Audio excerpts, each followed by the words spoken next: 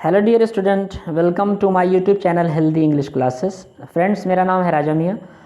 आज हम लोग UP board class 12 English subject के अंतर्गत पोइट्री सेक्शन में जो पोएम्स होती है उसके जो सेंट्रल आइडिया होते हैं उसके बारे में चर्चा करेंगे। तो ये सेकंड पोएम है जिसका नाम है द ट्रू ब्यूटी। तो इसके सेंट्रल आइडिया के बारे में आज हम लोग अध्ययन करेंगे। जैसा कि पहले वीडियो में भी हमने बताया फ्रेंड्स के जो सेंट्रल आइडिया होती है ये 6 मार्क की होती है, 6 मार्क की होती है और इसमें नंबर बहुत अच्छे मिलते हैं अगर आपने अच्छे से लिखा है तो इसमें जो सबसे इम्पॉर्टेंट बात होती है वो पहले भी हमने बताया हुआ है और फिर बता दे रहे हैं कि आपको जो पोएम आप लिखेंगे तो उसका नाम और जिसने कंपोज किया है उसका नाम आपको श्योर लिखना होता है। तो उससे एग्जामिनर पे अच्छा इफेक्ट पड़ता है और आपको अच्छे नंबर मिल जाते हैं। कभी कभी तो ऐसा होता है कि पूरे 6 में 6 भी मिल जाते हैं। तो ये दोनों जो सेंटेंस है वो आपको स्टार्ट में ही लिखना है, पोएम का नाम और कंपोज किसने किया है, पोएट का नाम। तो आइए पोएम का जो सेंट्रल आइडिया है उसकी स्टडी स्टार्ट करते हैं। शुरू करने से पहले फ्रेंड्स, आप सभी व्यूवर से जिन्होंने हमारे चैनल को अभी तक सब्सक्राइब नहीं किया उनसे रिक्वेस्ट है कि प्लीज़ हमारे चैनल हेल्दी इंग्लिश क्लासेस को सब्सक्राइब कर लें और साथ में बेल आइकन को हिट करें ताकि इसी प्रकार से आगे आने वाले वीडियो सबसे पहले आप तक पहुँचें। तो आइए इसका ट्रांसलेशन स्टार्ट करते हैं। सेंट्रल आइडिया, ये सेकंड पोएम है द ट्रू ब्यूटी। तो इसकी फर्स्ट लाइन हमने लिखा है this central idea has been taken from the poem the true beauty composed by Thomas Carew. तो ये सेंट्रल आइडिया जो है वो द ट्रू ब्यूटी नामक पोएम से लिया गया है और इसके रचयिता थॉमस कैरी हैं। The true beauty is one of the most famous poem.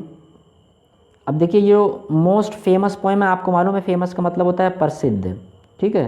तो जो द ट्रू ब्यूटी नामक पोएम है ये बहुत ही प्रसिद्ध पोएम है और ऐसे भी आप लोग रेगुलरली देखते होंगे कि एग्ज़ाम में इससे रिलेटेड क्वेश्चंस जो है वो आते हैं।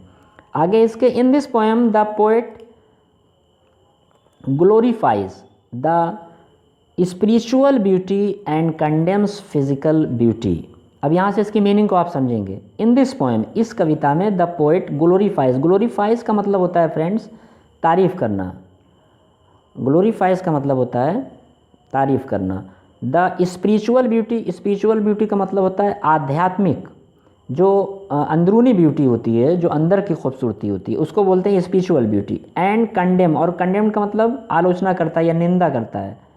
किसकी निंदा करता है? Physical beauty. फिजिकल ब्यूटी की जो है वो पोएट यहाँ पे निंदा कर रहा है और स्पिरिचुअल ब्यूटी की यानी जो आध्यात्मिक सुंदरता होती है, जो मन की सुंदरता होती है, उसको प्रेस किया है, उसकी प्रशंसा की है। तो आइए यहाँ से फिर से देखते हैं। The true beauty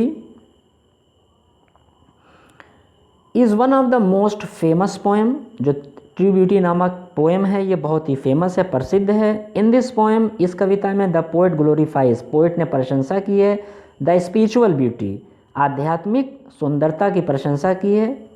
and condemn, और आलोचना की है फिजिकल ब्यूटी, फिजिकल ब्यूटी की आलोचना की है। द पोएट वांट्स, वांट्स का मतलब होता है चेतावनी देना। द पोएट वांट्स का मतलब होता है पोएट ने चेतावनी दिया।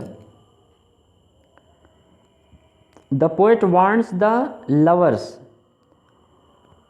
आप देख रहे होंगे यहाँ पे the poet wants the lover. Wants का मतलब होता है चेतावनी देना, लवर्स का मतलब होता है प्रेम करने वालों को। तो प्रेम करने वालों को जो पोएट है वो चेतावनी दे रहा है। Of physical charms, physical charms, charms का मतलब होता है आकर्षण, फिजिकल का मतलब होता है शारीरिक। तो जो शारीरिक प्रेम करने वाले जो लवर्स हैं, जो प्रेमी हैं, उनको पोएट यहाँ पे क्या कर रहा है? चेतावनी दे रहा है। फिर से देखें, the poet wants the lovers of physical charms, यानी जो शारीरिक जो आकर्षण होता है उसकी यहाँ पे पोएट ने उस बारे में वार्निंग दिया, चेतावनी दिया है। बिकॉज, क्योंकि दे डिके, वे समाप्त होते हैं। डिके का मतलब ख़त्म होते हैं। With the passage of time, समय के साथ साथ, जैसे जैसे समय बीतता जाता है तो जो फिजिकल चार्म्स होता है, शारीरिक जो आकर्षण होता है वो ख़त्म होता जाता है। Next, but spiritual beauty, spiritual beauty का मतलब हुआ आध्यात्मिक जो सुंदरता, लेकिन आध्यात्मिक सुंदरता इस परमानेंट, परमानेंट का मतलब मालूम है आपको कि निरंतर होती है, हमेशा होती है, but the spiritual beauty is permanent, लेकिन जो आध्यात्मिक सुंदरता होती है वो वास्तविक होती है, रुकने वाली होती है। इट नेवर डाइज, ये कभी नहीं मरती, अर्थात जो आध्यात्मिक सुंदरता होती है वो कभी नहीं मरती। So the love of spiritual beauty is also permanent, इस कारण से, सो द लव ऑफ यानी इस कारण से जो स्पिरिचुअल ब्यूटी है, आध्यात्मिक सुंदरता है, वो परमानेंट रहती है, यानी सदैव बाकी रहती है। Next line, eight last the poet praise the beauty of mind, और अंत में जो पोएट है उसने जो मन की सुंदरता है, एंड सोल, सोल का मतलब आत्मा होती है और माइंड का मतलब यहाँ पे मन है, तो एट लास्ट यानी अंत में द पोएट प्रेजेस, कवि ने प्रशंसा की है, the beauty of mind and soul, मन और जो आत्मा होती है उसकी सुंदरता की भी पोएट ने यहाँ पर प्रशंसा की है। The beauty of mind and soul and hates physical beauty. अब देखिए लास्ट में जो लिखा है एंड हेट्स, हेट्स का मतलब यानी ईर्ष्या की है, किससे? फिजिकल ब्यूटी, यहाँ पे दिया हुआ है फिजिकल ब्यूटी, और अंत में पोएट ने मन और आत्मा की सुंदरता की प्रशंसा की है और शारीरिक सुंदरता की आलोचना की है या उससे ईर्ष्या की है। तो आइए इसको एक बार और देख लेते हैं फ्रेंड्स, इसके ट्रांसलेशन को। जो सेंट्रल आइडिया है सेकेंड पोएम का, the central idea has been taken from the poem the true beauty composed by Thomas Carew. ये सेंट्रल आइडिया ट्रू ब्यूटी नामक पोएम से लिया गया और इसके रचयिता थॉमस कैरिव हैं।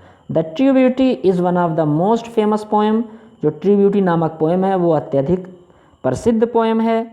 इन this poem the poet glorifies the spiritual beauty and condemns physical beauty. इस पोएम में कवि ने प्रशंसा की है आध्यात्मिक सुंदरता की और कंडेम किया है अर्थात आलोचना की है शारीरिक सुंदरता की। The poet wants the lovers of physical charms, और शारीरिक आकर्षण वाले जो प्रेमी होते हैं उनको पोएट ने चेतावनी दी है, वांस का मतलब चेतावनी दी है, because they decay with the passage of time, क्योंकि ये जो सुंदरता होती है शारीरिक, ये decay with the passage of time अर्थात समाप्त हो जाती है समय के साथ साथ। बट स्पिरिचुअल ब्यूटी, लेकिन आध्यात्मिक सुंदरता इस परमानेंट, सदैव बाकी रहती है। इट नेवर डाइज, ये कभी नहीं मरती। So the love of spiritual beauty is also permanent, इसलिए जो आध्यात्मिक सुंदरता से प्रेम है वो सदैव अमर रहता है, बाकी रहता है। At last the poet praises the beauty of mind and soul, और अंत में पोएट ने मन और आत्मा की सुंदरता की प्रशंसा की है, एंड कंडेम, और निंदा की है या ईर्ष्या की है फिजिकल ब्यूटी अर्थात शारीरिक सुंदरता की आलोचना की है। तो इस प्रकार से इस सेंट्रल आइडिया का समापन होता है, एंड होता है। आई होप आप लोगों को ये सेंट्रल आइडिया और इसका ट्रांसलेशन पसंद आया होगा। अगर पसंद आया है तो प्लीज़ इसको शेयर करें, लाइक करें और चैनल को सब्सक्राइब कर लें हमारे हेल्दी इंग्लिश क्लासेस को। तो फ्रेंड्स मिलते हैं फिर नेक्स्ट वीडियो में, तब तक के लिए जय हिंद।